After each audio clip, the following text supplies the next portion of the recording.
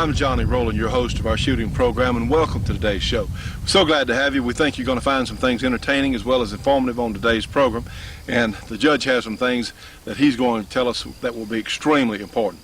We're glad to have you. You know, handguns take a lot of the brunt of the anti-gun people of their criticism, and it's just ignorant because some of these people cannot stand the concept that we might be able to defend ourselves and take care of ourselves. They just can't understand that. They think government should do everything. Let me tell you what, they call these handguns inaccurate. Well, that's not exactly true.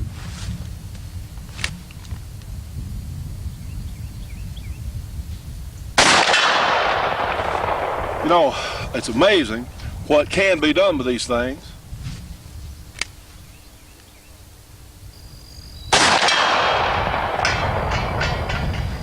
And just for fun, since we're here,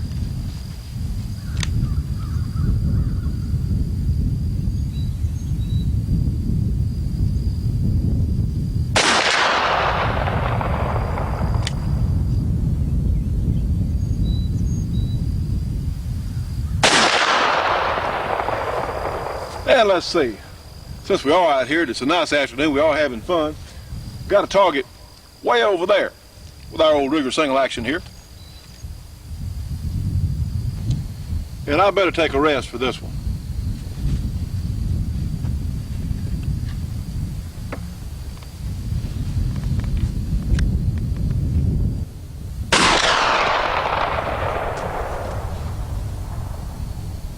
Well, let's get on with our show.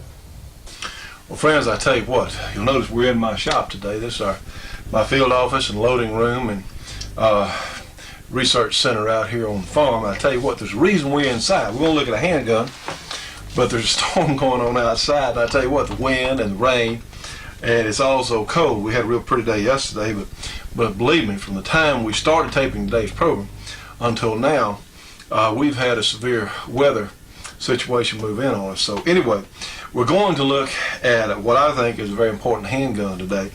This is the new Ruger P95. This is the decocker model, and as you can see from the picture there, it is smoother somewhat than we're used to seeing on the Ruger semi-automatic pistols. This is an interesting handgun, one of which it has a polymer frame, very much like what we're used to seeing, such as on the Sigma and on the Glock, but there are some very important differences. You know, the Sigma and the Glock really took a departure as far as the use of the polymer frame. The Sigma is built very similarly to the Glock. In fact, they're suing each other, Sigma and Smith & Wesson and Glock, over just how similar, in fact, the Sigma is. Well, heck, Glock has run ads for a couple of years now saying someday all handguns will be built this good, so Smith & Wesson came along and did it. So I don't know what they're mad about. But anyway, that's between them, whichever. But the Glock, of course, and the Sigma have no external safety mechanism. They have sort of a trigger safety here, and of course the first rule of gun safety is do not touch the trigger until you're ready to shoot the gun. Don't touch the trigger, gun won't go off. So very, very important rule that we certainly need to go over from time to time. But the Ruger people, and of course Ruger is famous for not doing anything like anybody else. They take their own path, and you either like that or you don't, but typically the Rugers are very durable. I think durability is their first thought when they introduce any sort of handgun, from our old Super Blackhawk here that I'm somewhat fond of to this new P95.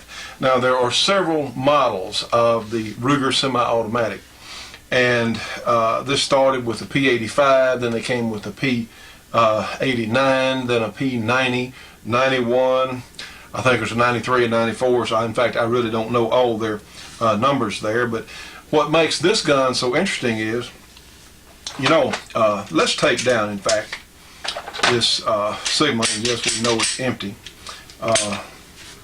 Take this gun down and look at the frame. Now here is the major difference between this Ruger and the other Ruger. Yes, we know this gun is empty. You know, I check them 3 times, friends, just to be sure. Whether it's a revolver or semi-automatic, typically before I do anything to the gun, take it down or whatever else, I will check it. Yeah, that wind is getting tough out there, but anyway, I will check them 3 times. Now that's just me. Some of you may be content with checking once or twice, but I'm not. I want to check on about 3 times, because once to check the first time I checked it, then a fail-safe a 3rd time to be sure that I saw what I did. Anyway, let's go ahead and take this Ruger down, and here's something that I think you'll find interesting. I certainly did, and I do appreciate the simplicity. And of course the Rugers, you got to push the ejector down to get them to slide off. Okay, now this is what I see as a major difference. In the Sigma frame here, although it is mostly polymer, you have metal inserts, and you can see them there, where they are in the frame that the Sigma slide rides against, these metal inserts. That's the same system as the Glock. Well, on the Ruger, with this polymer frame, there's no metal at all. It is polymer. But I promise you this, knowing Ruger products as I have these many years, you can bet that this thing's going to be as durable as is possible. Because Ruger just typically in the past, they just have not made anything that was not extremely strong and extremely durable. That has been their pattern from the earliest days, and I know that Bill Ruger, I think that's what they think of first, is strength and durability, and then reliability. So it's right in there. We have tried every way in the world to make this 9mm jam, and finally got it to malfunction, but it wasn't easy, because literally every semi-automatic will malfunction. They can, just the way the mechanism is. For that matter, we have even managed to make single actions and single shots malfunction. I mean, you can make any of them. Any machine with moving parts can malfunction. No ifs, no ands, no buts. However, it was very difficult to get this 9mm from Ruger, and this one is in 9mm. I don't know yet what calibers it's available in.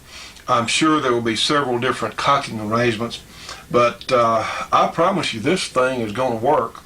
I understand that Ruger put this frame through one of the most extensive testing programs that anybody's ever done, and it's very robust the way it's made. There's not anything small or lightweight as far as the internal moving parts. Nothing that I would see as flimsy. Everything is heavy duty, very strong, and I certainly appreciate that very much in their engineering theory there and their engineering approach to making things.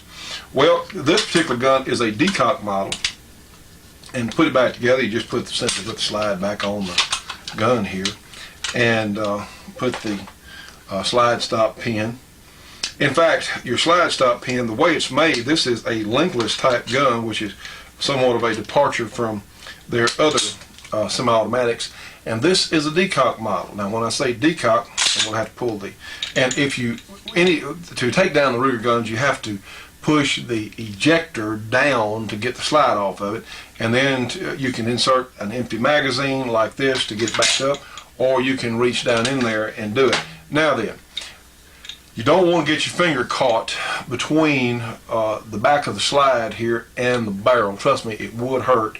So I would suggest when pushing it down, hold your thumb up, keep the slide stop in place, keep firm pressure up on it, just to protect your finger from being mashed here when pushing that ejector down or up. So I would just keep my thumb on it, just be real careful, because that's a good spring here. It has a dual recoil spring mechanism, and just to protect your thumb or your finger, I sure would, or of course you can use something else to do it. You can use a pencil or whatever else to do that with, but that's just a little extra something I thought I would suggest there.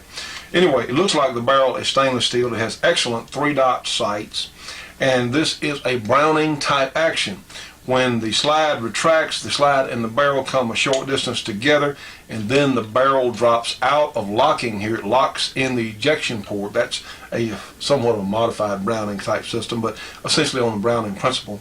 And the slide, of course, continues rearward to eject the empty shell casing and pick up another one from the magazine. And when it goes back into battery, the barrel comes up and locks in the ejection port there. Very simple and strong mechanism. The decocker models, what will happen, of course this is a decocker. Let me tell you what, friends, you have a decocker type semi-automatic pistol. always be sure it's pointed in a safe direction to decock it. It's very important.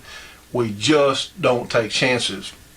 Something could happen in any decocker mechanism, and when you decock the gun, there is a possibility that ever how remote, we just don't want to point the gun anyway at anything that we can't afford to shoot or destroy. So we'll just point it in a safe direction and decock it. Keep your finger off the trigger at all times until you're ready to shoot the gun. Certainly when you're decocking it, of course, keep your finger away from that trigger. Just don't you dare put it on there.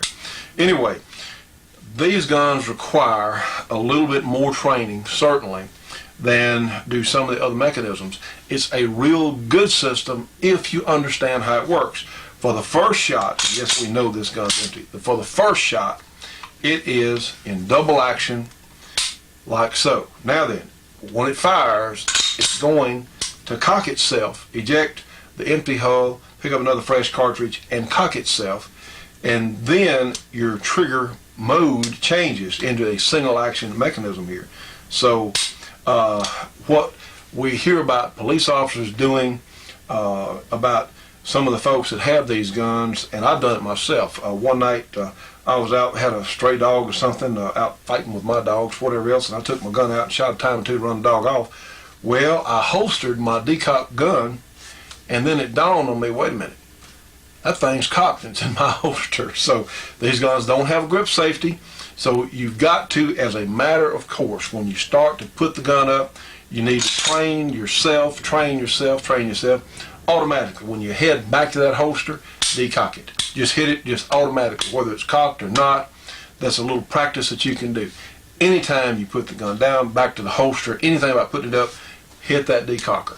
And this, of course, is ambidextrous, has one on the left and on the right side of the slide here. So that is a little safety thing. It is very, very important because, you know, when it's in the cocked position there, it takes about 7 pounds on this particular gun.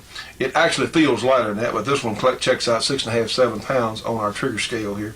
So it's not what we would call a hair trigger, but it doesn't take as much pressure to drop that hammer as it would from the double action capability here, which this one's about 10.5 pounds double action and 6.5 or so in the single action position. These really are good mechanisms if in fact you train yourself to deal with them and train to handle them properly. That is so important. I cannot overstate the need for training of a semi-automatic versus a revolver. They are different mechanisms. The revolvers are simpler. One, you can take the cylinder out and see whether or not the gun's loaded. But on the semi-automatic, you take the magazine out, and some accidents have happened like this. Take the magazine out of the gun, forget about the one in the chamber, and people who don't know much about guns would think you have guns unloaded, but there's still that bullet in the chamber. And a lot of these guns do not have magazine safeties, so they will fire with the magazine in or out. And this Ruger's one of them, which I personally like that feature, of being able to shoot the gun with or without a magazine. If you lose the magazine, your gun will still function. But this is really a decocking mechanism which has been around since the 1930s at least, maybe before then. But the first gun that really popularized the double action first shot, the second shot there being single action was of course the Walther system. But the decocks are a fairly recent invention as far as there is no external safety on these guns. They have firing pin safeties, whereas even if the hammer is partially cocked and falls, it can't contact, or the firing pin cannot go forward. The trigger has to be pulled all the way to the rear to release the firing pin safety. So they are safe in that respect. But you just have to think, you know, friends, there is no such thing as an idiot-proof gun. And if you're a police officer, if you're going to carry one of these semi-automatics, especially the decock models like this, you're going to have to spend more time in training yourself every time you shoot this gun without fail. Every time you pull that trigger and you start to put the gun up, holster it, you need to hit that decock selector, the switch on the side or the lever on the side to decock the gun. That's one advantage that the Glocks are the double action only, and actually the Glock and the Sigma is not a true double action only mechanism. They're a sort of a, because in this case the hammer is partially cocked on the Sigma and on the Glock. It is partially cocked, and when you pull the trigger you finish cocking it. Whereas on the Ruger, it's a more conventional design. The hammer's down, and of course then you will cock it with the trigger for the first shot. The Shootin' Show will be right back after this break for your local cable company or TV station.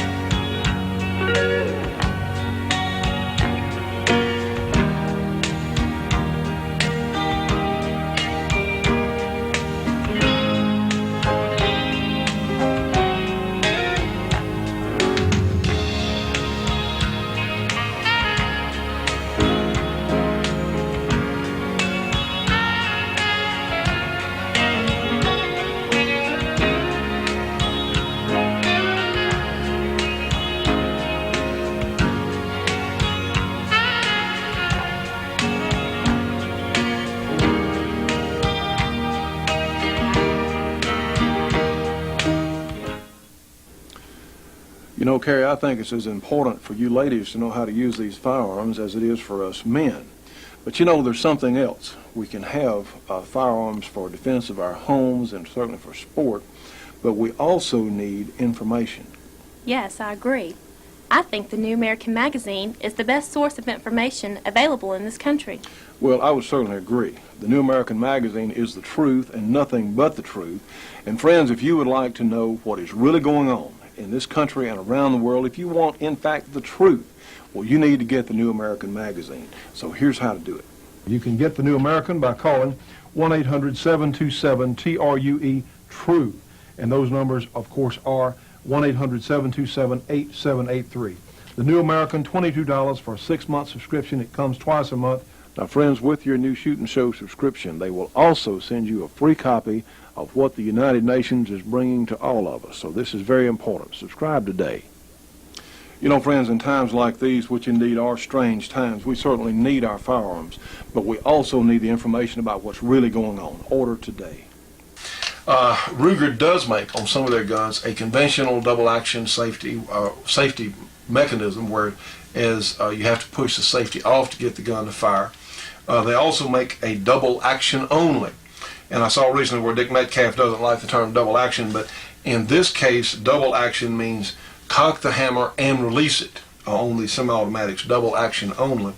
And I think that would be a real good concept, especially on guns like this. We can see here that this P95 is almost exactly the same size as our Commander Colt. I mean, it is just down to just almost identically the same size gun. The Colt has a slightly longer barrel. This Ruger has a 3 3/4 inch barrel, and we shot it for accuracy, and it shoots about like most other service grade semi-automatics. The good news is, in typical Ruger high velocities, Corbon 115 grain 9mm ammunition comes out of this little gun at over 1,300 feet per second. So friends, what you have is a first-rate defensive situation, and in a very rugged, and it's a smooth package. This would be a very fine gun for concealment. If you have a concealed carry license, be an excellent first gun or backup gun for that matter for one of the other Ruger pistols. And honestly, with of course they're all 10 shooters now. Magazines have a spacer here at the bottom due to your government's grand scheme of cutting back on what we as shooters can have, how many rounds we can have in a magazine. But I'll tell you what, friends, 10 rounds just doesn't bother me a whole lot, because 10 rounds of an effective caliber such as this 9mm, and honestly, in previous years I hadn't thought too much of the 9, but since there are bullets out there in companies, especially Corbon ammunition, the 9 really doesn't take a back seat to anything else. It's just darn near 357 in its performance capabilities. That little bullet moving along there at 1,300 plus feet per second is no joke. It's going to be a superior defensive round. Now, friends, what we have here on your left is a 9mm bullet. It's unfired, just the bullet itself. And here is a Corbin 9mm that we shot into our expansion medium just to see what it would do. Now, friends, this Corbin bullet went out to 83 caliber from 9mm. And I tell you what, that is potent in anybody's language. That is tremendous expansion, and which serves really to substantiate the 9mm position as a good and viable defensive round. Well, I tell you what, the Ruger P95 decocker, and I'll be interested to see what other combinations. I'm sure they're probably going to make this gun stainless steel. Honestly, you know what I'd like to see? I'd like to see a durability test between this polymer frame gun and the Glock. The Glocks have had an awfully good record, especially on the 17s, as far as durability. Well, I tell you what, I would bet you, and just my own personal opinion here, I would just bet you that this little gun from Ruger would certainly give the Glock a run for its money in durability and maybe go beyond it. That would really be an interesting comparison. But if we can find somebody to send us about a couple 100,000 rounds of 9mm, we just might give it a shot. But that's probably what it would take. I really bet that this Ruger with this polymer frame would really is going to be an excellent handgun. So one we thought we'd show you today, kind of on the cutting edge here of what's new, and the P95 decocker. Tell you what, if we can hold on to this gun for a week or two, our good friends at Britton's have loaned it to us. If we can hold on to it for a week or two, we may just do an in-depth test on it and just show you, in fact, how it does shoot. It's a little cold out there today to be shooting, a little rainy, but we'll try and do that for you. You know, friends, all of us as shooting enthusiasts should be subscribing to Shotgun News, the trading post for anything that shoots. 3 big issues monthly with literally thousands and thousands of firearms bargains. Give them a call, 1-800-345-6923, a very inexpensive subscription price. Again, 1-800-345-6923. Subscribe today. Well, friends, we hope you're enjoying our program today. I tell you what, you'll recognize Catherine here. Hey, speaking of which, you got a little fan mail in. Someone asked if Catherine was single.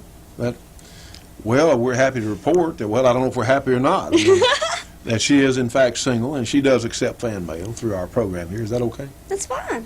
Okay. We will not give out your phone number, but Okay. we're one of those viewers out there who'd ask. I mean, just for your information, well, absolutely.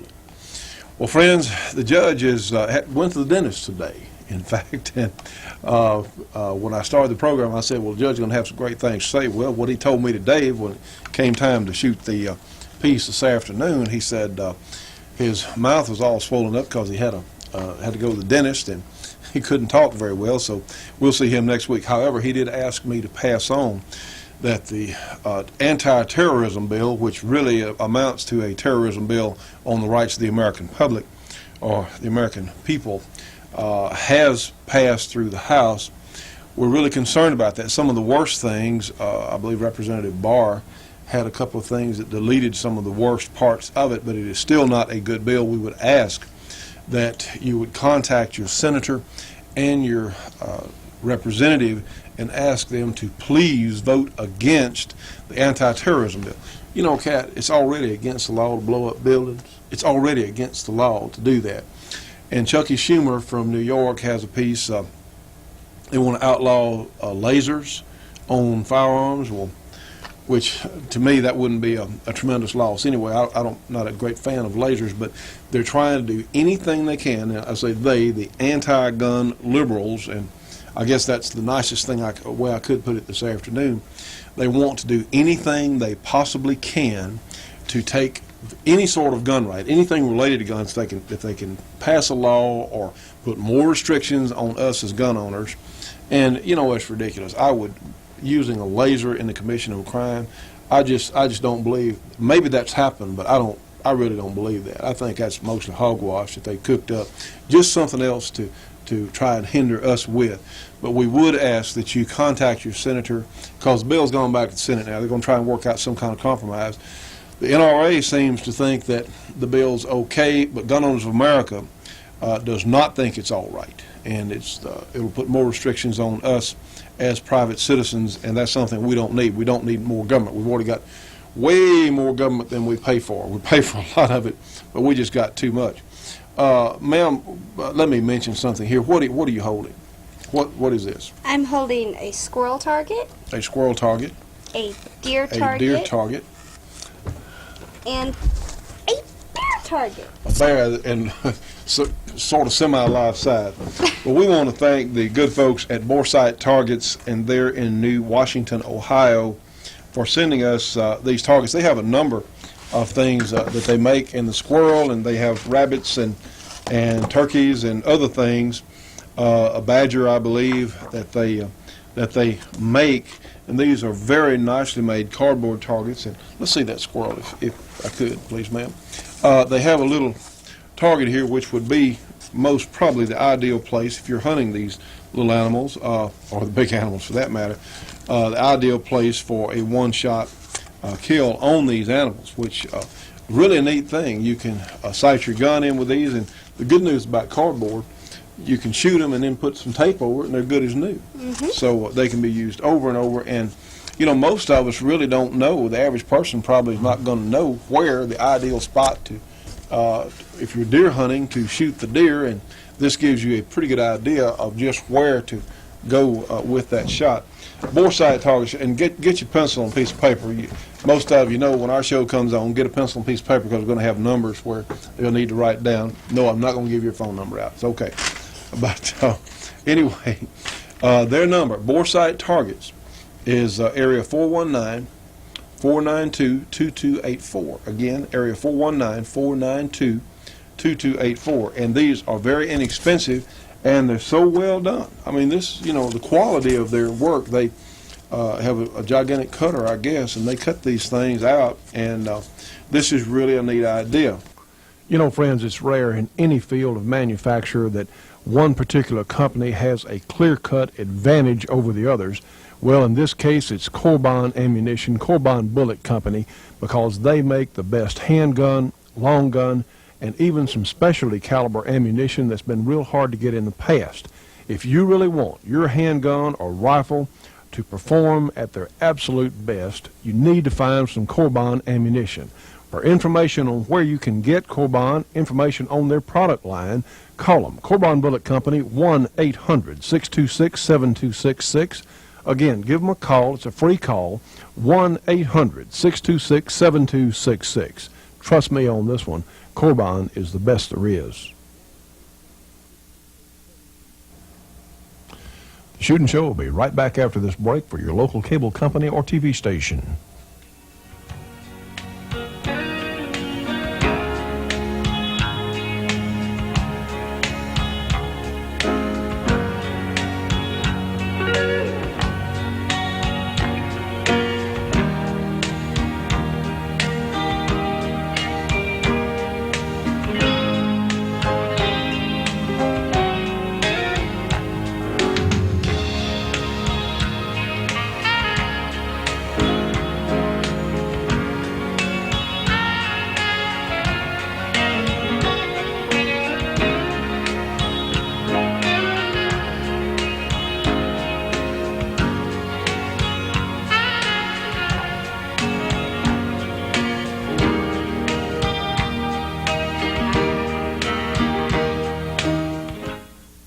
Friends, what do Jim Clark Sr., K. Clark Michalik, Jerry Michalik, and Jim Clark Jr. have in common?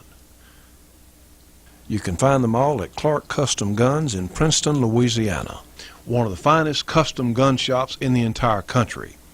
They offer all sorts of custom packages on 1911s and other semi-automatics, from race guns to custom carry guns. They also offer a bushing for your 1911, which will greatly increase the accuracy. They also offer a number of different custom packages for the Ruger 1022, and also have some very economically priced new 1022s in stock. Clark Custom Guns also has a good stock of Ruger Security 6s in blue and stainless at good prices. Clark Custom Guns offers some of the best revolver packages available anywhere, including action jobs on your Smith & Wesson or some other fine revolvers. In addition to custom work, they also have a completely stocked gun shop, anything from bullets to powder to accessories that you might want. Clark Custom Guns has one of the finest range facilities in the entire country and offers some shooting classes. You need to call for availability. Friends, it's certainly good for the shooting show, but good for yourselves when you call and get a Clark Custom Guns catalog. They have all sorts of things listed about their products and services and excellent prices. Give them a call. Area 318-949-9884. Again, 318-949-9884. Clark Custom Guns, the complete custom gun shop. Give them a call today. Tell them you saw it on the shooting show. And I think that certainly it'd be good practice with a pellet gun or with anything else for that matter. They do make a variety, and we do want to thank them. Greg Clay is the president, and we appreciate you folks watching our program. We appreciate you supporting the shooting show. So anyway, bore sight targets, area 419-492-2284 if you'd like to find out more about, if you'd like to order some of these. This is really a neat thing we have to offer. Well, incidentally, I want to mention, and I'll be brief here, we have a lot to do on today's program. Here you go. I do have a quick question. A quick question. What's your quick question? How is your health club doing? Well, the health club is doing great. The problem is that our small staff, and you know this better than most because Catherine is working on the health club project, we've been so flooded with phone calls and mail that we're doing our very best to catch up.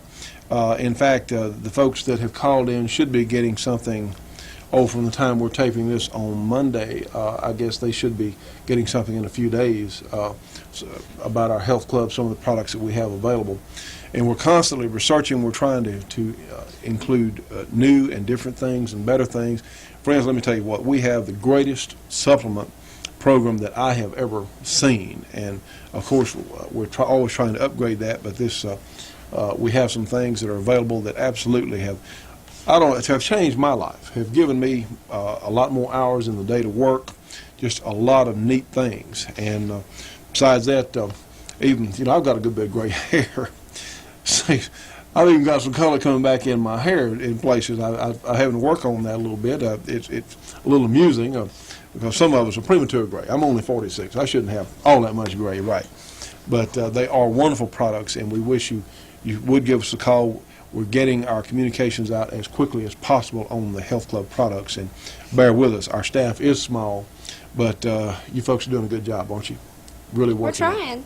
And it is hard because we've had such a massive flood of phone calls and people, because everybody wants to feel better. Everybody wants to be healthy.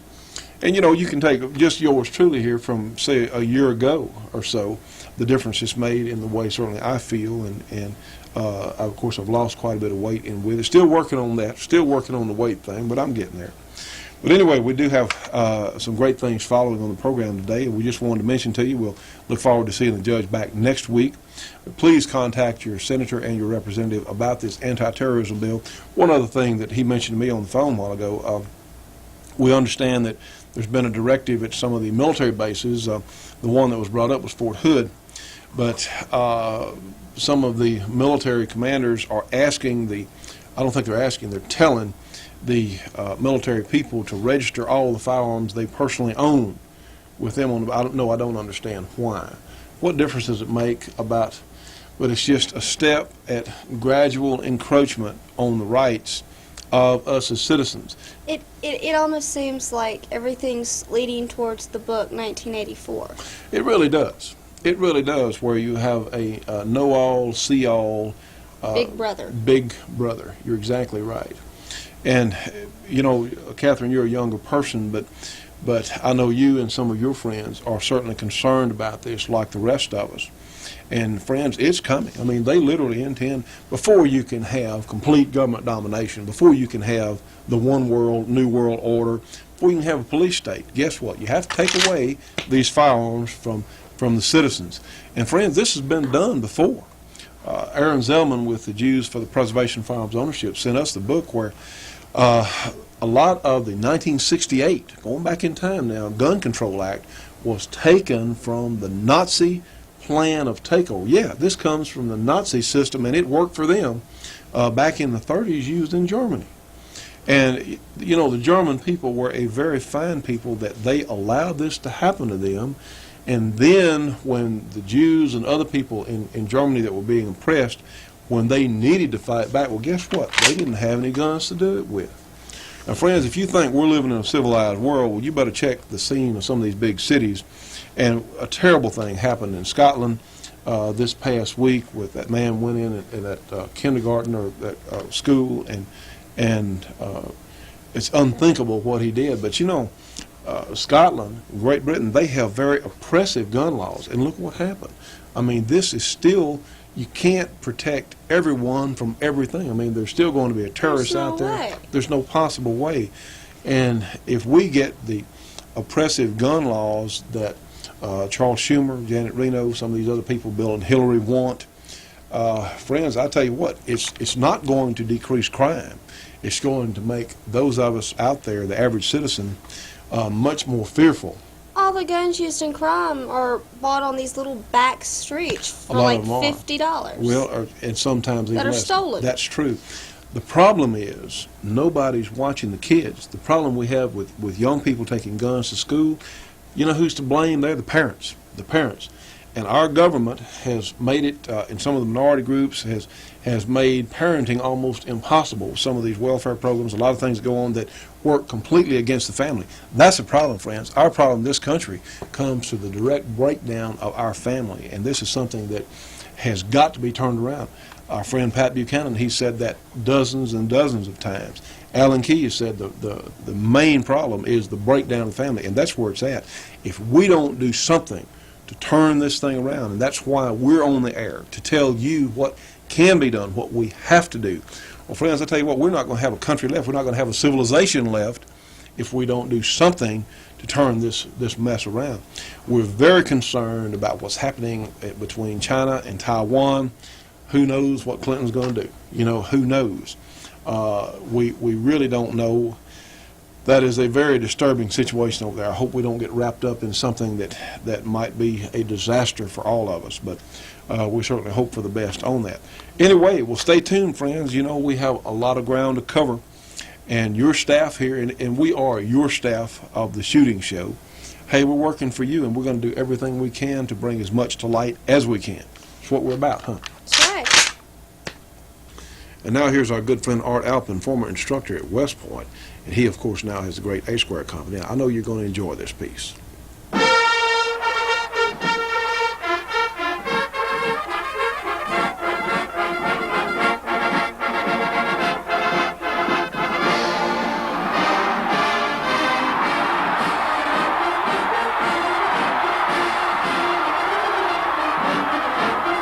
Field artillery in the war between the states was primarily an anti-personnel weapon.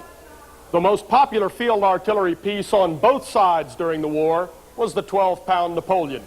It was light enough to be maneuvered as a field artillery piece, yet fired full-charge 12-pound ammunition.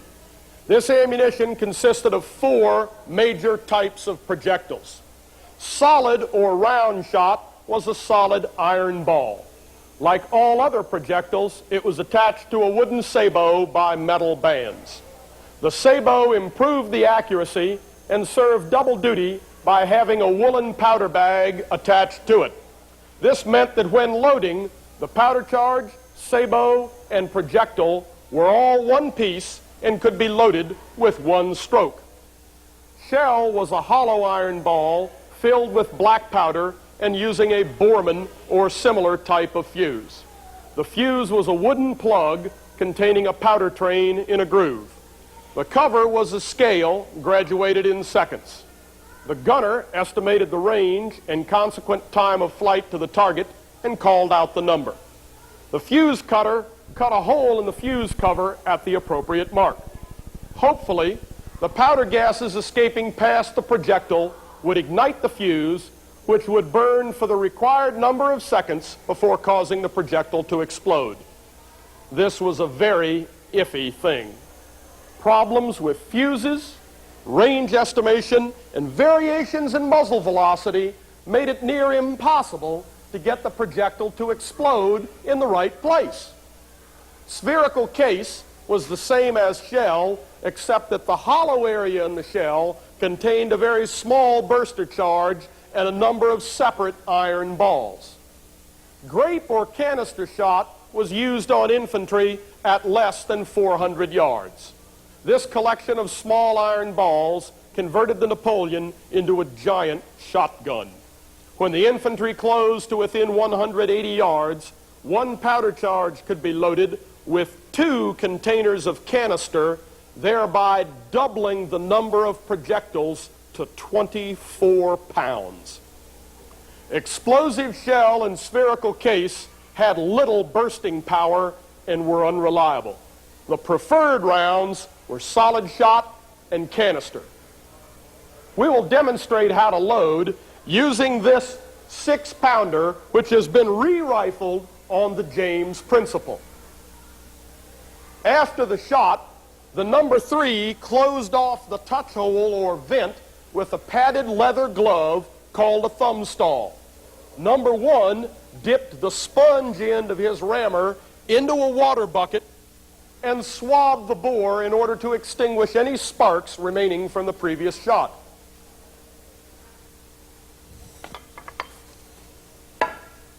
Number 2 received the new projectile powder combination from the powder monkey and placed it at the muzzle. Number 1 reversed his rammer and rammed the cartridge home.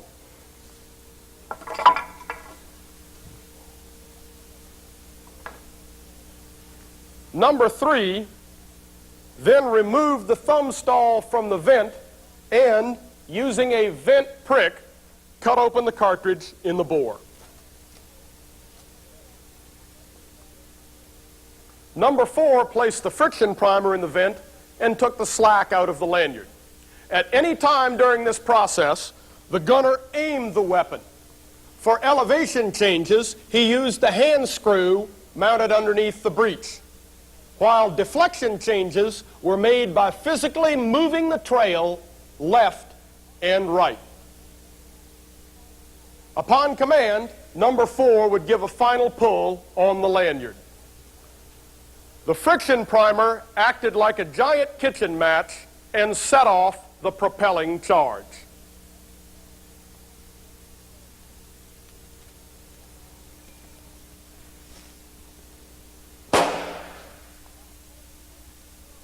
As the gun rolled back 6 to 12 feet in recoil, the crew members seized the carriage and rolled it forward to approximately the same starting position. You may ask about rifled field artillery, but it was not that effective. Though it was more accurate, its recoil took it out of position after every shot. Each succeeding shot was the equivalent of opening fire again. The rounds could not be walked into the target. Rifles were inefficient at handling canister shot, and their explosive projectiles had a weak burster charge and an extremely unreliable contact fuse. Since the projectiles were oblong, they normally dug deeply into the ground before explosion and had little effect. It would take more than 30 years, plus the invention of high-order explosive filler, smokeless powder, cartridge cases, breech loaders, good contact fuses, and hydro-pneumatic recoil systems before field artillery had the characteristics which you and I understand today. The Shootin' Show will be right back after this break for your local cable company or TV station.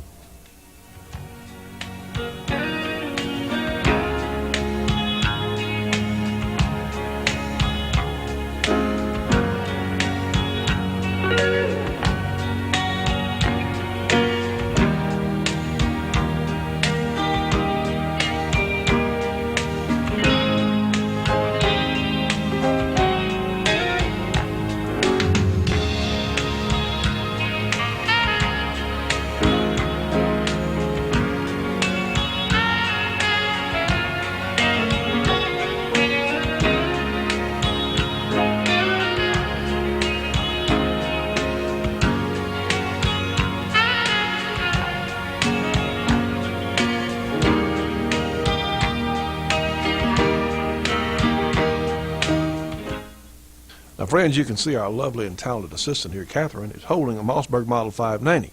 Except she's not holding it with her hand, she's holding it on the tri-tote, one of the neatest devices for carrying a firearm that's ever been invented. Let's show you how it works. Get your hands off that gun, bow, or fishing rod. Holding onto your equipment while you're going through the woods or climbing a hill is fatiguing and possibly dangerous. The versatile tri-tote all-season carrier is easy to use. You never have to drill a hole in your fine gun stock. And the tri-tote can be set up for your specific needs in a jiffy. Just follow the illustrated instructions and free demo video enclosed. There you are, hands-free, yet ready to shoot in an instant. Hunting and fishing have never been more enjoyable. With tri-tote, your equipment is secure and your hands are free to support yourself or carry other gear. How did you ever get along without tri-tote? Make this year's hunting and fishing the best ever. To order your tri-tote at this special TV price, call toll-free 1-800-231-1443. That's 1-800-231-1443.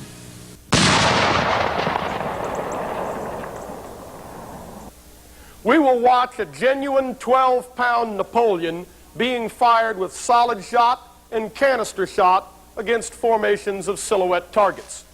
We will be loading slowly and out of sequence, and we'll be using a separate powder bag of aluminum foil in order to reduce the possibility of a premature discharge. To reduce chance of misfire, the number 3 man will put priming powder down the vent before the friction primer is inserted. Infantry 400!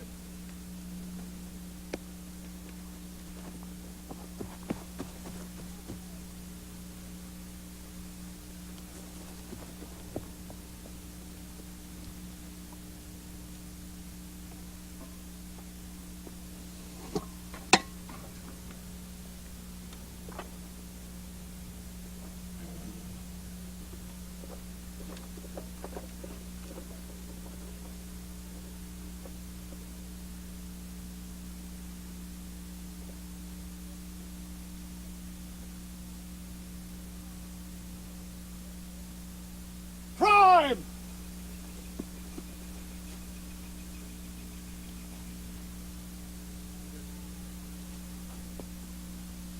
Fire!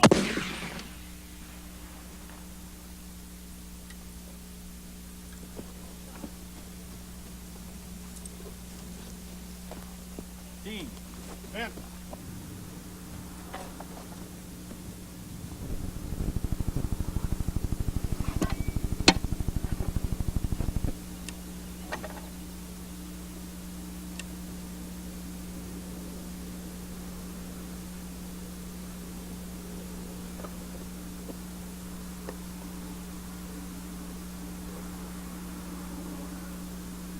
Prime!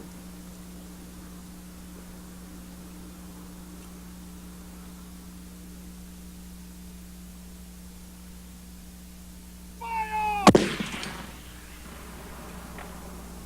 Infantry 240!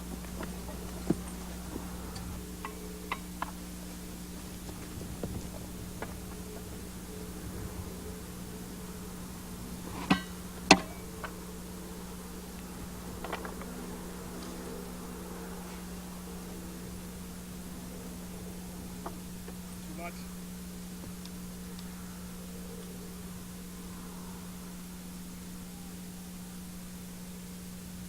Prime!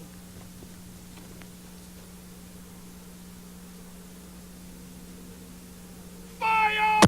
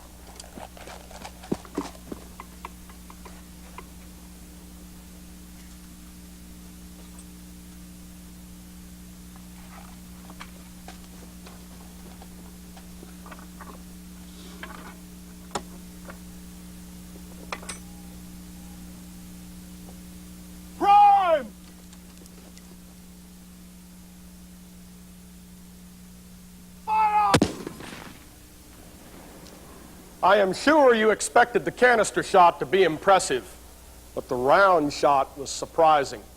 They bounced through the formation like a bowling ball gone berserk.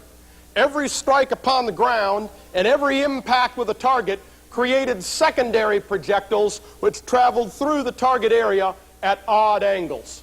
Wartime stories of round shot hurling rifled muskets, canteens, and pieces of bodies as secondary projectiles are true.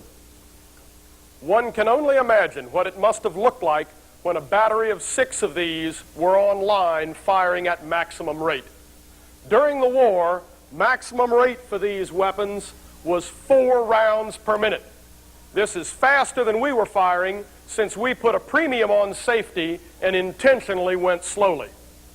By calculating the rate of advance of infantry using Hardee's manual and comparing this to the rate of fire, we find that an infantry unit attacking a Napoleon field piece from 1,500 yards out would, by the time they arrived at the gun, receive 676 pounds of round shot and canister from that single field piece alone. This brings up 2 important side points: Gatling guns and leadership. The Gatling gun of the war between the states was the size of this field piece, yet its combat range was exactly the same as the rifled musket. Since cartridge cases were not yet practical, Gatling gun crews had to load and prime steel sleeves as if those sleeves were .58 caliber rifled muskets. These sleeves were then fed into the gun as ammunition. After every couple of hundred rounds, they had to cease fire to reload the sleeves and clean out the vast quantities of powder fouling which escaped past the gap between sleeve and barrel.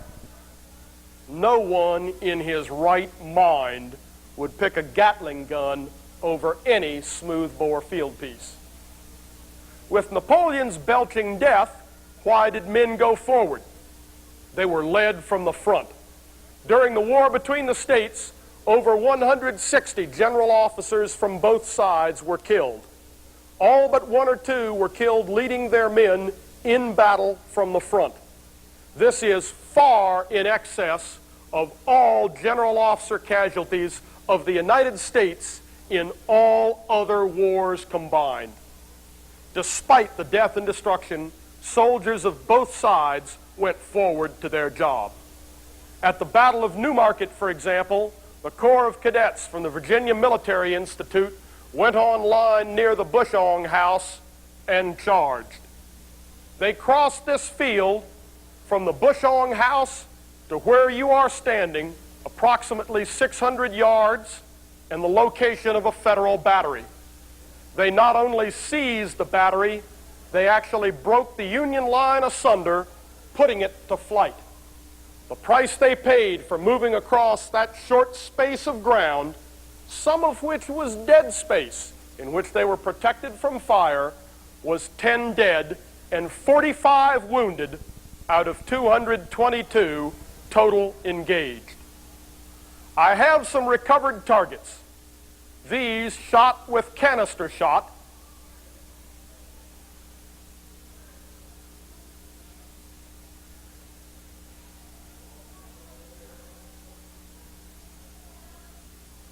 And these hit with round shot. When you study the war, remember these targets and the range film. They will give you a new dimension on the peculiar problems of that war and the courage of the troops involved. Was the 12-pound Napoleon effective? Yes. Its canister at close range and round shot at long range was deadly. You can imagine what would happen to soldiers hit with the round shot as these targets were hit. It was not uncommon to see sights such as this: a soldier whose abdomen has been carried away and whose left hand and forearm was severed from his body by round shot.